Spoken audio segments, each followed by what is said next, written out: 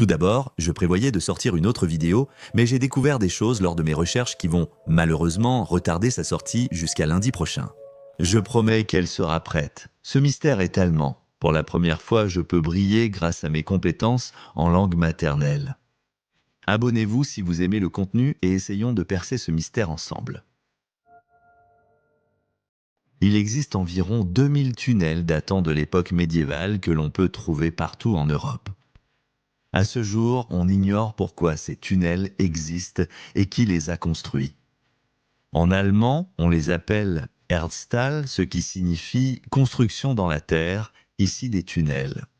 Bien que ces tunnels puissent être trouvés dans différents pays d'Europe, la majorité d'entre eux se trouvent en Allemagne, en Autriche ainsi qu'en Bavière. Il y a plus de 700 tunnels rien qu'en Bavière. Les tunnels ont des motifs distincts, mais partagent plusieurs caractéristiques. Ils font environ 24 pouces de large et mesurent entre 1 et 1,40 m de long.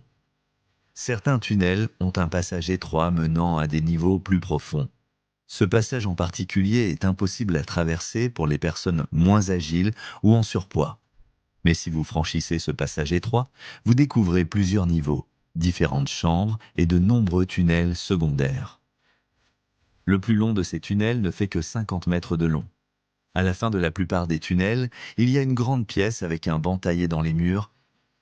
Les tunnels ont des entrées partout en Europe. Certaines d'entre elles se trouvent dans des cimetières, tandis que d'autres sont au milieu d'une forêt. L'une a même été découverte sous une cuisine dans une ferme. Dans la plupart des cas, les entrées de ces tunnels sont camouflées, ou plutôt difficiles à trouver. Les archéologues ont cherché à comprendre à quoi servaient ces tunnels en prenant des notes sur ce qu'il y avait d'autre dans les grandes pièces des tunnels. Le problème ici, c'est qu'il n'y a rien dans les pièces. Maintenant, cela devient un peu bizarre. Il n'y a aucune preuve que quoi que ce soit ait jamais été à l'intérieur.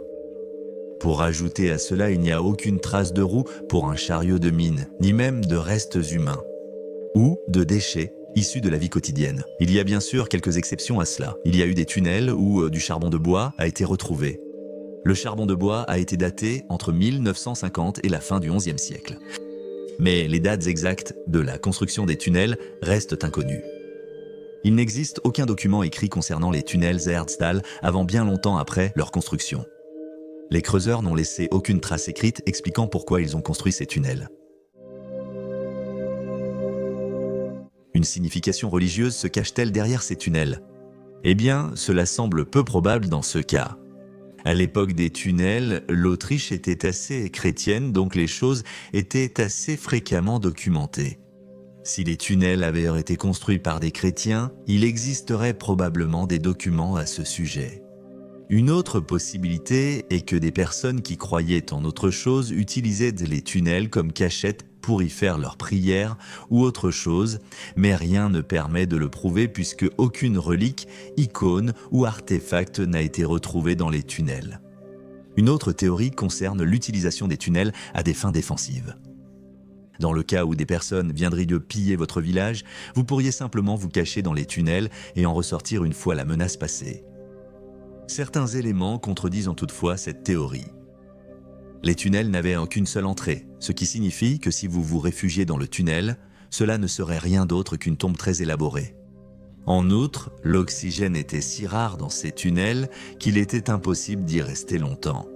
Il y a encore une chose qui rendrait cette théorie un peu plus plausible. Les tunnels ont été construits pour quelques siècles.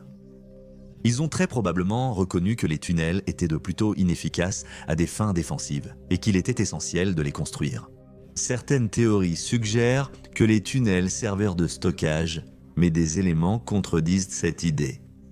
D'abord, les tunnels étaient trop petits pour y stocker beaucoup, et ensuite, ils étaient sous des lignes d'eau, ce qui les inonderait.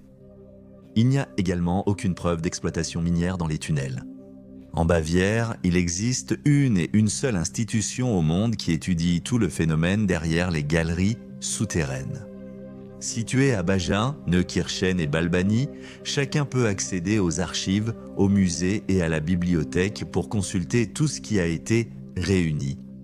Il est également possible de participer à une exposition interactive qui vous permet de voir les tunnels par vous-même.